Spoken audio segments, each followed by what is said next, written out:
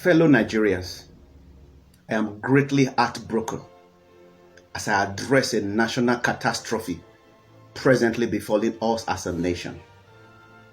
Like Nehemiah, when Anani brought him news of Jerusalem's broken walls and her suffering people, my heart is painfully heavy, hearing news of the enormous moral decay mercilessly sweeping our able youths off their feet. I am not a judge. I am your brother. I am your friend. I am a stakeholder in this matter, being a Nigerian myself. Many recent realities and happenings in our dear nation, especially among our youth, are not very palatable.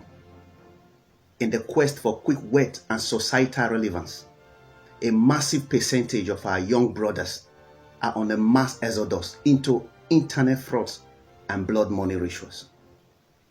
Many of our young sisters are equally now willing to do anything for money, and that includes prostitution and several unbelievable immoral behaviors on the internet and social media platforms. Parents have become helpless and are forced to accept and support their children in the fraudulent acts. We also have religious leaders who have become shameless beneficiaries of the ungodly process. Some political and traditional leaders have equally become godfathers, actually directing the criminalities with strong support from compromised security personnel. This decay is a guilt that must be carried upon the shoulders of all facets of our society. We need now to sincerely accept our failures and our direct or indirect contributions to this menace. Truly, evil prevails when good men do nothing. This, for some of us, has been our indirect contribution. We did nothing but watch as criminals became mentors to our youth. It is time to repent and begin to rebuild what is left of the ruin our name as a nation has suffered. If we fail now, then we must be ready for the cruel fate that will become ours in the years to come. The fearful shadow of the time when it will begin to dawn on us that a good name is surely better than riches, as we are told in Proverbs 22 verse 1, is gradually upon us. We can't afford to ignore what is now very obvious. The dreadful days are coming quickly, when prominent nations of the world may be left with no other option than to completely close their doors against us. When possibly, the words, Nigerians are not allowed here, will be boldly written across international airports, international borders, international universities, international organizations, and other international representations. When embargoes will be placed on financial transactions, imports and exports, travels, internet activities, and other corporate dealings with Nigeria as a country and Nigerians as a people. Not because we have a deadly biological virus, but because of a pandemic of fraudulent behaviors and corrupt practices we've left unattended. Already, many innocent Nigerians have had to suffer very mean treatments outside the shores of Nigeria for just being Nigerians.